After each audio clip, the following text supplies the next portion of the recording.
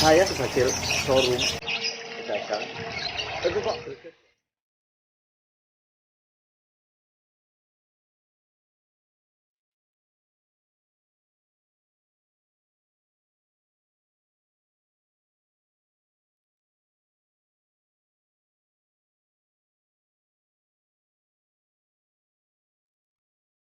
Selamat siang. Nggak pakai insang. Enggak. Di penjualan ya, kita bilang penjualan atau di perkaloan ya, kita perkaloan. Sampai sekarang tahanannya bagaimana? Tahanannya, artinya tahanan itu saya sebagai showroom pedagang itu kok greget ya, gregetnya banyak di lapangan. Artinya di lapangan itu marketing, data masuk, tapi leasing sendiri belum berani mengucurkan dana untuk meng-backup konsumen-konsumen kita. Itu kenapa, Mas? Satu jawabannya, resiko. Soalnya ada asuransi yang mengklaim corona. Kan tidak semua, aku bilang tidak semua itu, karena memang banyak yang masuk ke sini, data-data aplikasi yang masuk ke sini itu tidak terdampak dengan adanya corona. Menurut saya ya, contoh pegawai negeri, dan pegawai negeri, TNI, polisi, itu bukan akhir-akhir banyak data masuk seperti itu. Tapi kok itu tetap tidak mau makan, padahal dia pasti digaji dari negara. Seperti itu. Dan ada juga leasing lain yang sudah mulai berjualan dengan angka-angka yang aku bilang sudah tidak wajar. Tapi oke lah, fair, enggak. Kita bicara angka-angka pencairan yang menurut saya tidak wajar, tapi tidak apa-apa, oke, fair, tidak masalah. Tapi kan mereka masih berani ambil keputusan untuk tetap berjualan gitu. Apa enggak rugi leasing sendiri seumpamanya dia bilang, aku stop dulu, enggak jualan dulu. Berarti kan tidak ada perputaran gitu. Dan dia hanya mengharapkan ada uang masuk dari nasabah yang banyak, yang kita ambil bawah garis tengahnya ya. Kita bilang collab dikarenakan corona, tapi enggak semua harusnya. Berarti kebanyakan customer itu yang tidak mempunyai penghasilan pasti. Contoh, bukan penghasilan pasti, perusahaan yang terkena dampak itu banyak, kecuali emang aparat negara, karena itu udah ada kewajibannya buat pekerjaan itu. Tapi kalau untuk contoh perdagangan, selain makanan pun itu ada berdampak. Kalau yang usahanya di pinggir jalan atau sewa di mall. Sekarang kan nasabahnya itu rata-rata seperti itu, bukan mayoritas PNS. PNS itu kan jari coy. Setuju. Tapi kan aku tanya tadi ya, Mas Kabar, artinya banyak juga gitu loh yang tidak terdampak, tapi si leasing belum berani mengucurkan dana untuk itu. Dan seharusnya untuk segi, kalau kacamata saya, kalau ada perputaran uang di situ, ini bukannya ada kesempatan untuk menutup kerugian yang terdampak di corona ini. Karena masyarakat tetap jualan, yang satu macet, yang satu jualan, tetap ada keuntungan. Apa enggak sebaiknya jalan? Kalau ngomongin satu macet satu jualan itu rugi.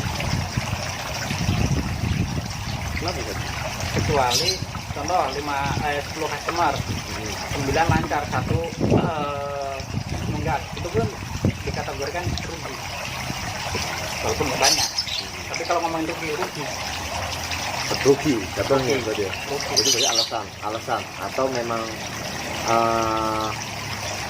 enggak nih, aku nggak mau jalan dulu, atau Anda lihat kondisi dulu leasing lain bagaimana yang sudah berjalan, dia rugi atau untung. Nah, itu mungkin lagi di sekarang ini lagi dikoreksi. Leasing mana yang sekarang kondisi corona ini mau jualan, tapi kita lihat 3 bulan ke depan. Padahal saya yang termasuk berharap, termasuk dari banyak showroom, saya itu berharap banget leasing sekelas sampean, leasing gede, greget gitu. Kenapa kok nggak jualan gitu? ini enak loh, sekarang tuh mau jualan enak, padahal aku bilang terdampak dari corona ini enggak semuanya kita bilang merugi.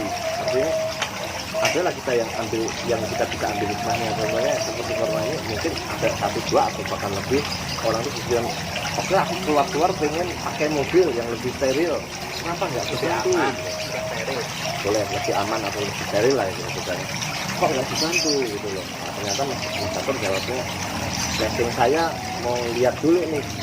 Tadi kan bilang lihat dulu nih lesing lain bergeraknya sekarang rugi apa untung, kan begitu. Sebenarnya kan kebijakan leasing itu masing-masing ya. Dia pun untuk saat ini yang udah berani jualan, ngucurin dana buat pencairan, apa ya?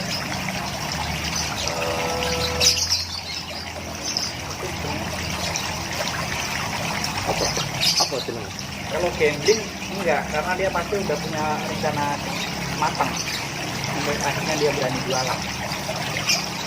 Dia punya, dia berani lah ya. Cuma kan dari ya. contoh dari 10 leasing yang berani itu paling cuma 1-2. Oh enggak. Justru saya di kacamata saya sebagai showroom, aku lihat dari banyak lesing yang masuk ke saya, justru malah lesing gede tok yang ngerem. Aku bilang lesing gede kenapa? Memang lesing kawakan yang memang dari dulu dia berdiri sudah main di Wikar. Cuma lesing gede tok. Dan banyak sekarang lesing yang aku jarang dengar namanya yang seperti contoh aneh lah, aku bilang ini lesing apa ya gitu, nggak tahu dia backup bank apa itu, dia justru sekarang jor-joran. Jadi kan ada dana, mungkin contoh yang biasanya main alat berat macet. Untuk sekarang ini dia gimana caranya muterin uang, mungkin dia beralih ke mobil.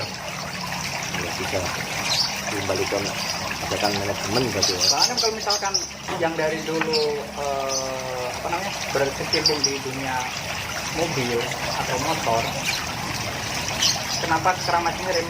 Ya itu nunggu evaluasi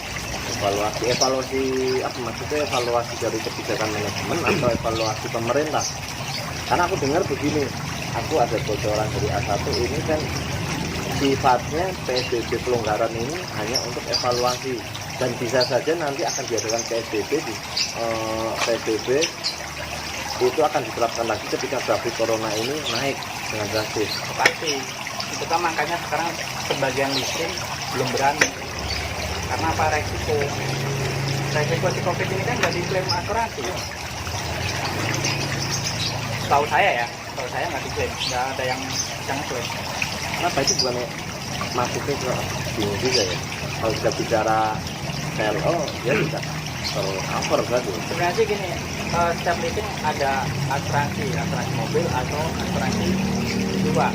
Nah, asuransi leasing yang pakai asuransi jiwa itu pun ada kategori penyakit yang bisa diklaim. Contohnya COVID ini kan penyakit baru. Dia bisa ngeklaim. Ya. Tapi kita kembali lagi ke kebijakan manajemen. Kalau ya. ngomongin customer meninggal, dan itu pun ada tim asuransi sendiri yang bakalan terjun buat evaluasi. Ini kenapa si customer ini meninggalnya? Apakah kecelakaan atau dia meninggal ada penyakit turunan? Inti obrolan ini, leseng sampean nahan karena pengen lihat kondisi dulu ya. Pasti. Ya, dan belum berani untuk melangkah lebih dalam di suasana COVID pandemi ini.